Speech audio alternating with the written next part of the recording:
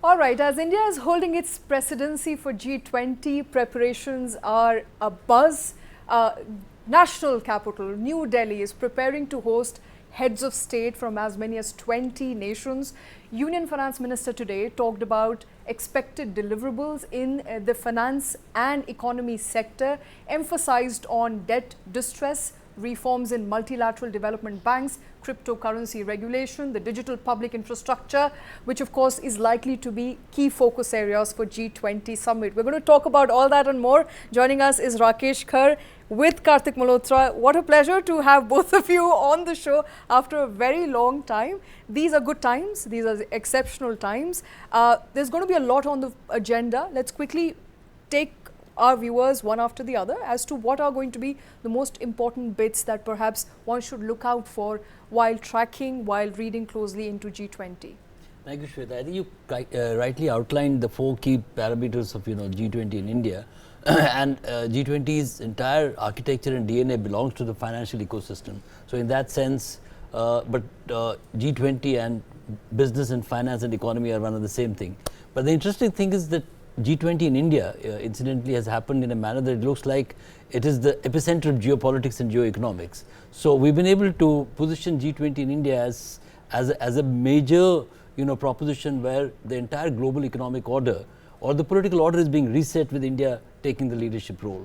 So a lot of effort has gone during the last 1 year, right from the time in December last year when Bali handed over the presidency to New Delhi with Modi taking charge. So I'm not too sure whether we'll be able to have a closure on all these 4 parameters. Debt restructuring is a big challenge area, with India and China being on the 2 sides of the divide.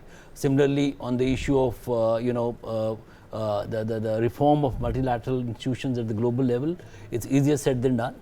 So that's a long haul, but yes, we will make the right noises. The big takeaway from my perspective from this particular summit in New Delhi is that India's export, that too, in the realm of charity, I would say, that is, there's not a numerical number to it. It is in the larger influence domain, that is the digital public infrastructure goods.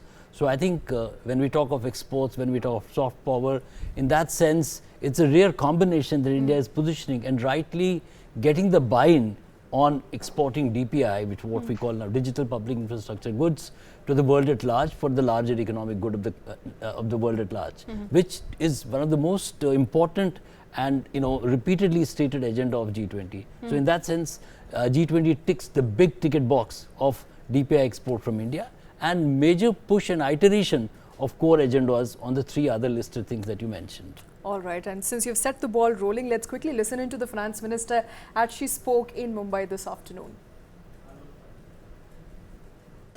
Crypto threat as well as an opportunity, but crypto is also an example that I use later to say how, unless global cooperation works out well, you're not going to be able to have a responsible financial ecosystem which can regulate it as well.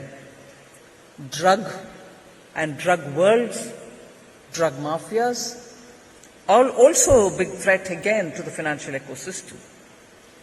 Tax havens and round-tripping of resources, tax evasion, all these are also the threats that we need to work. Keeping in our mind, we need to work with these threats before us so that we can address them. Tax havens, tax evasion, cryptocurrency, all of that, of course, we've been discussing, Kartik, every morning.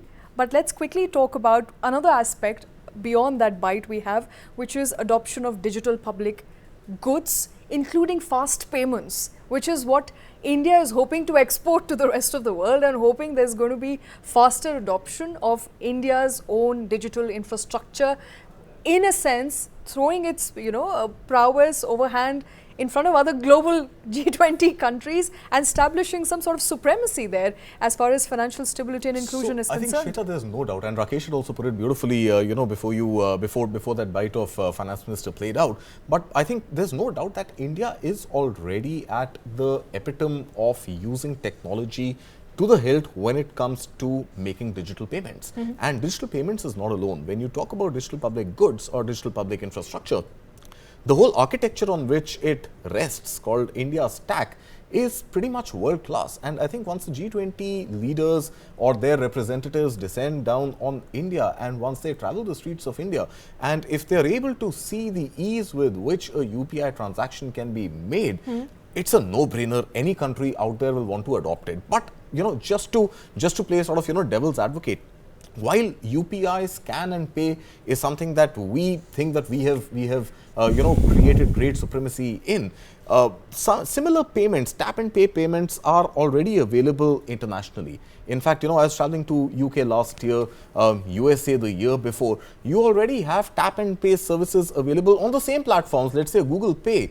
has a different avatar, a different interface in India where there's a scan feature. Google Pay, or even Apple Pay for that matter, has a tap your mobile phone and walk out. Okay. Something very similar to what Vijay Shekhar Sharma launched yesterday, where you have NFC enabled devices where the same machine could enable you to either scan and pay, or tap your card and pay, or tap your phone and pay. Okay. So I think the world is also fully geared up when it comes to digitization and making these payments. But of course, I think the whole India Stack story, where your KYC, where your opening of bank accounts, where your biometrics which are linked on Aadhaar, the entire architecture around that is something which I don't think anybody else in the world has at that scale. And we're talking about 1.4 billion people on that India Stack. Well, almost discount the the infants and the toddlers, but otherwise you've got the entire population of the country. I would agree with Kartik. Essentially within the India Stack, it is the jam trinity, which is the bigger export, that payment gateways, because that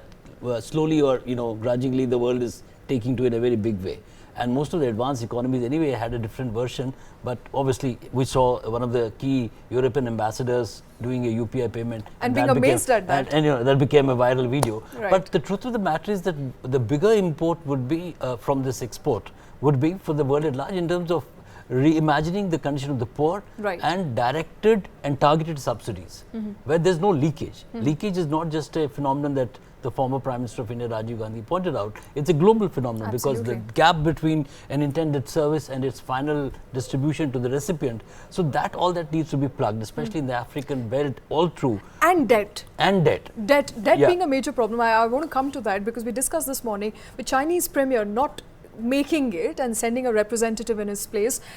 The talks around debt restructuring, how that's going to come through, that could, how easily will that happen? Will there be obstacles to that? What are we expecting? No, we haven't had any clear trajectory on that yet. The fact that it's top on the agenda is important, but I think it will take many more sessions to finally get India's perspective rightly in the place. What is at the bottom of the dispute? China is using debt as a colonizing factor. I mean, this is the new colonial force, say our own immediate neighborhood. It is using debt as a lever to occupy that territory illegally, at least through the mind space, and then, using that opportunity to say that, well, I want to control you, and they have the money to do it. And there is distress across our neighborhood. In that sense, how do you mitigate their debt and how do you manage their debt is going to be a challenge. While as India is pushing for one-time redressal so that these countries are free and they have true freedom on their own. On Nirmala Sitharman's perspective, I think one point that I think has missed the agenda. I had spoken to Amitabh Kant right at the start of the G20, so to say, tempo in India. That was, I think, January of 2023. I had asked him specifically, is terror funding on agenda for G20 presidency, which I thought should have been a key subject. He said it's on the finance track. So finance track is what Nirmala Sitharman is driving.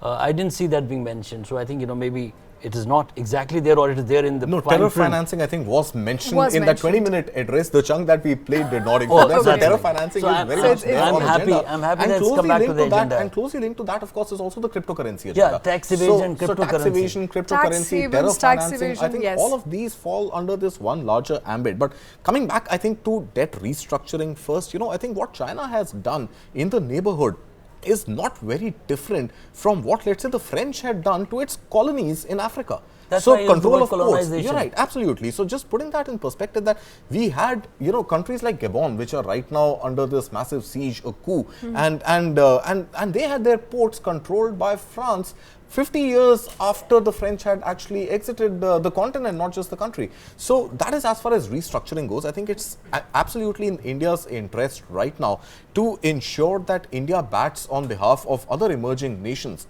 when it comes to their debt crisis. And that is something which is going to be counterproductive for China. Now, the whole challenge is that in the absence of Chinese Premier Xi Jinping here in India, would those discussions actually ever get fructified? Would there be a final sign-off in G20 or not? To my mind, seems unlikely. And also, there's a bigger problem, Kartik and Shweta, you know, between a bilateral agreement and a multilateral. Absolutely. See, true. ultimately, say for instance, Sri Lanka, with fairness to them, they had a major crisis, a major economic crisis. So they went out to China, China helped. India also put in some effort. India is not treating it like colonizing with $1 billion aid, but China is looking at it that way, and Sri Lanka getting is access to the port, getting access to you know, any other to run the country, country. Yeah. So in that sense, you know, I think there is a limitation that G20 imposes in actually settling such issues, where there is a debt relationship between a country X and Y. So, you know, a multilateral forum can only put in a ideological framework. Okay. It cannot, beyond that ideological framework, create a settlement. That's where the trouble is. Right. I just wanted one last point on G20. I think what we've been discussing, the Indian perspective or the Indian model in G20 has been unique in many ways. I think, you know, we're not overstating or being over optimistic, but one fact needs to be iterated and asserted. I think I've been having this chat with Kartik even earlier. When we did the last G20, it was Bali. We knew one city. G20 presidents in India, we have known 220 cities, including the big landmark G20 Summit we did in, you know, in Northeast and in Srinagar. They have become a reference point, you know, globally now. Right. So, and Prime Minister talked about that in his PTI interview also. And China is resenting both. Pakistan is resenting the Kashmir G20 Summit. So, in that sense, India has already achieved in a limited manner what it aimed to achieve. Yeah. So, but I think while we are saying everything great about what India has done, I think India is also going to be pushed to the wall a little bit, especially when it comes to talking about exporting our DPI. They'll say, hey, open rice exports back to the world. Right? In fact, there's been a common discussion now for a while in foreign press. When we talk about imports, I think again, you know, this whole laptop ban or license Raj in some form coming back. I think licenses will come back to haunt us. There is going to be something but which on rice, we have allowed it for Nepal and Bhutan. We believe that, you know, we're using it as a geopolitical tool. Or a geo-economic tool. So we have opened it for a couple of countries, which suits us in the immediate neighborhood. You know, I think we should absolutely take this discussion on once again tomorrow perhaps. We've run out of time as much as I would like to have this discussion up and more.